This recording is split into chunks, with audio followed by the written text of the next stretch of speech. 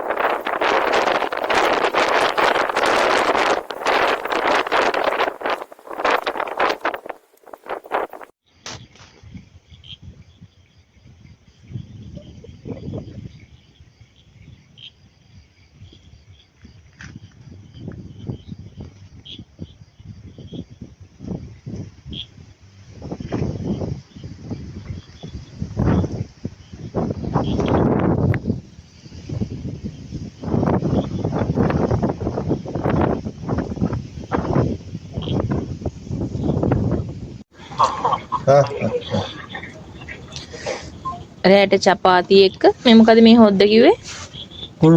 කුරුම වෙජ්ජි කුරුමා අරක අලබාජි. මේක තමයි මසාලා දෝස එක ඇතුලේ දාන එක මේ පොහොය දවසේ නිසාම මුළු අහස වහගෙනම හඳ පාලා තිබුණා වගේම මේ වලාකුළු හරි ලස්සනට එහා මෙහාට ගමන් කරන එක අපිට තවත් සුන්දර අත්දැකීමක් වුණා. මුළු අහස වහගෙන ඉන්න හඳ එළිය නිසා පලාතම ආලෝක වුණාට මේ ආලෝකයත් එක්ක අමුතු গুপ্ত බවක් රැඳිලා තිබුණා. අපි ගිනි මැලයක් ගහලා ඒ ගිනි මැලේ ගාවින් ඉඳගෙන උණුසුම විඳින ගමන් වටින් එන හොළඟ සිසිලසත් විඳින අමුතුම ලෝකයක අතරමං වෙලා තමයි හිටියේ.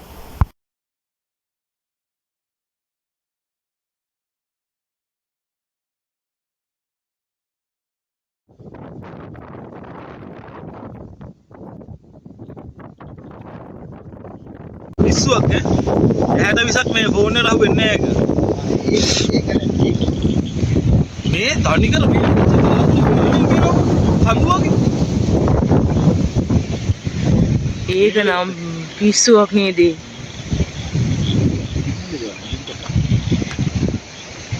වෙනදට ගමනක් ගියාම පාන්දරින් නැගිට්ටට මේ පාර හීතල නින්දම අපිට රෑ එළිය වෙනකන් හොඳට නිින්ද ගියා.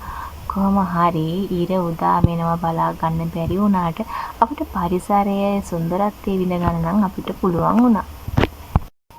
ඊයේ හවස් වරුව වෙනකොට කඳු සේරම මීදුන් වලින් වැහිලා ගිහින් තිබුණ හින්දා අපිට හරියට කඳු වැටිය බලා ගන්න බැරි වුණානේ. හැබැයි උදේ පාන්දර නම් මීදුම තිබ්බට කඳු වැටිය ටිකක් හොඳින් පැහැදිලිව පේන්න ගත්තා. ඔය තියෙන්නේ අපි ඊයේ රෑ නැවතිලා හිටපු කබාන් එක.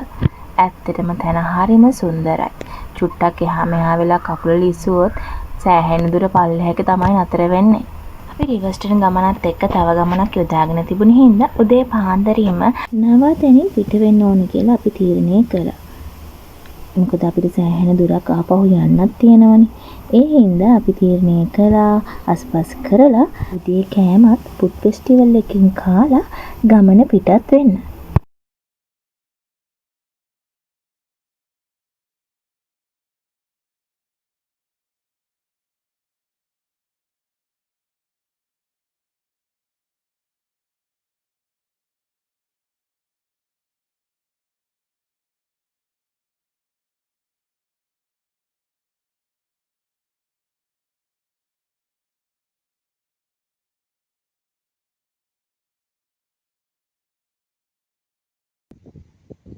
කොහේ ගියත් ඉඳලා හිටලා ඒ තැන්වල සුන්දරත්වය අපි දෙන්නත් එක්ක විඳින්න අපි දෙන්න අමතක කරන්නේ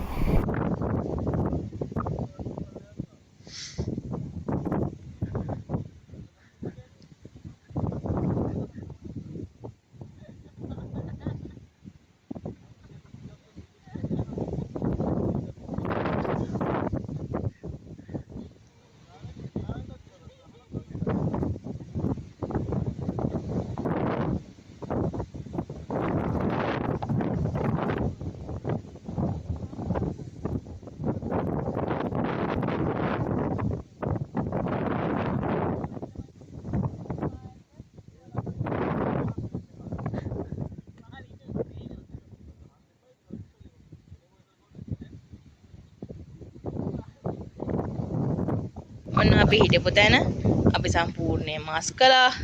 කිසිම දෙයක් නැහැ. ඔන්න දැන් අපි යන්නේ. එහෙනම් අද අපේ ඊළඟ ගමනාන්තයට. දාලා යන ලෝබදන ලස්සන view එකක් තියෙනවා. පිට්ටු ගන්න හොදි නැද්ද? ඉන්න. හරි කියන්නේ. මේ පිට්ටු වෙන. පිට්ටු වලට පොල් දාන්න නැතුව තම්බලා තියෙනවා. ඒගොල්ලෝ ඇස්ට ඒ මොනවද මේ අර මේ ආල් පිටි වල තමයි දෙන්නේ මේක මේ නෑ අපි දැන් සාමාන්‍යයෙන් පිට්ටු හදන්නේ. පිටි ටිකට පොල් ටික දාලා අපේ ස්ටයිල් එක. දැන් මේකේ දැන් පිට්ටු ඒ මුකුත් නෑ. අපි යටින් තියන්නේ යටින් පොල් ටිකක් තියලා තියෙන්නේ. මේ පොල් ටික තියෙන්නේ මෙතන යට. අපි හදන විදිහ නෙමෙයි මේක දැන් පිට්ටුව තියෙන්නේ. හොඳ රහයි නේ?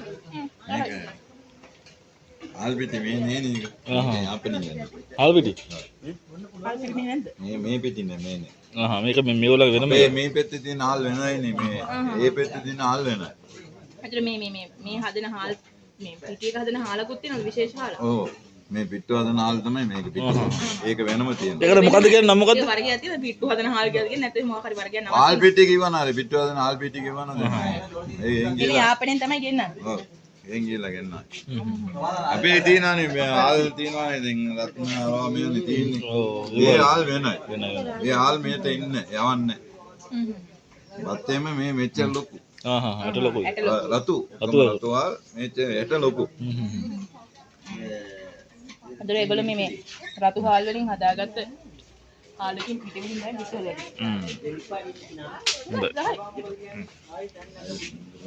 ඉඩ්ලි දානවා. ඒක තියෙන ආමුතු වාචනයක් ඒකේ වාෂ්ප ස්ටීමර් එකක් ඒකේ හිල් තියෙන වටේ තුනෙන් අරගොල්ලෝ අර මිශ්‍රණය දානවා ඒ අර කප් වලට.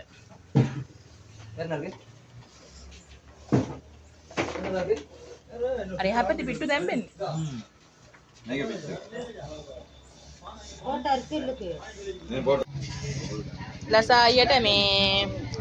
ලසායියට උදේ කෑම හරි ගියේ නෑ අර එහෙන්. ඒ හින්දා ලසායියට කන්න නැවැත්තුවා. ඔව් මෙහෙම කන්න ඕනි කොයාට. නැත්තම් කන්න බෑ කිව්වා. තියෙනවා රොටි තියෙනවා. අනේ නමක් තාම තිබ්බේ නෑ දොරේ කඩේ කියලා තමයි කියන්නේ. දොරේ කඩේ. අපි දැන් දොරේ කඩේ ඉන්නේ. ගල් මේ ඒ ගල් වේ එළෝ රොටියක් තියෙන එළෝ රොටිය සුපිරියයි. පරණ හරි ලස්සන ලිපක් තියෙනවා.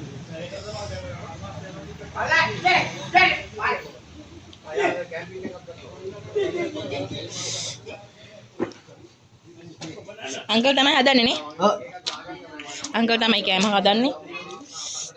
කෑම වටේ ගිහලා ඔක්කොම මම තමයි.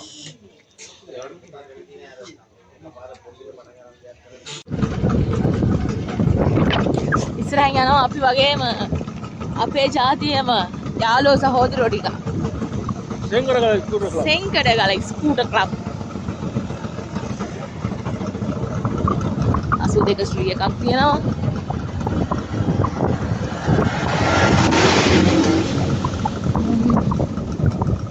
සියා 42ක් ඉස්සරහින් යනවා. ඊට පරිණාමයේ ශ්‍රී එකක් යනවා. අපේ හේන තනි අකුරක් තමයි.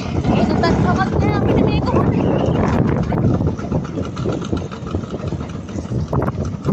වෙන කට්ටිය. අයියා දායිනා.